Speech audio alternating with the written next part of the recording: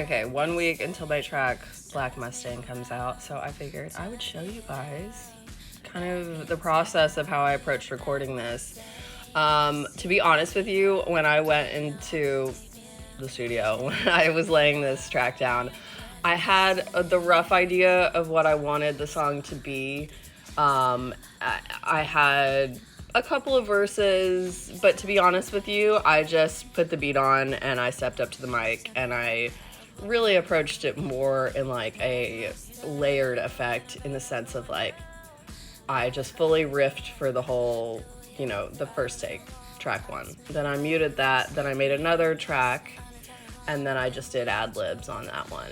And then I muted that, and then I made another track, and then I sang over that. And then what I did is I went back and listened to what I had done there, kind of refined, like, okay, this is sounding like a verse, this is sounding like a chorus, this is kind of working, and then I kind of went in and refined it. So let me show you my homework. Also, I'm showing you my homework so you guys don't accuse me of making this with AI, because I didn't. All right, so as you can see, this was take one. We've got like 3 takes. Let's just solo this so you guys can hear what we ended up even using from this take. Why can't I hear it? Okay, so yeah, because do your thing, daddy. of course. Your black Mustang, toss me around, turn it up. All right. Be how you're back in town. Keep quiet, don't tell. Like, verse was pretty much one take on that first intro.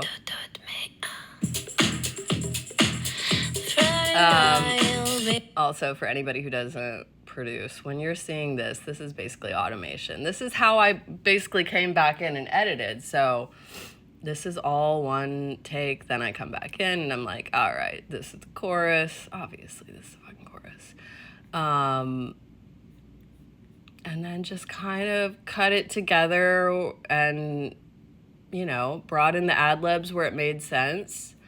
Honestly, what I learned from this track is sometimes if there's like more like ad-libs and vocal layers, less is more. And I feel like this album in general, like my last album, I did a lot of like layers and layers and layers of vocals, and then when I listen to it, I don't love that now. And a lot of the music that I listen to that's like top 40 is like, the magic is in the absence of like too much, it's like when you find the minimalist aspects of what works, and I feel like I did that on this record. But one of my favorite things that I found, it's a sax, I know that I was young. This little sample. I love it because it's very New York City. It's very New York City, and I wanted to incorporate some of the sounds of the city, even though this song was not about New York City. I want the sounds to be reflective of the fact that I've been in New York City for 11 years. It's definitely shaped my sound. So that was like kind of the final touch on this track, because I didn't want too many more instrumentals. I want it to be mostly beat and bass heavy and let the vocals kind of, shine. But that saxophone was like, I don't know. I feel like that was like the magic touch, that where once I added it, it was like, okay, it's done. It's done. So yeah, it's out in 1 week. Enjoy.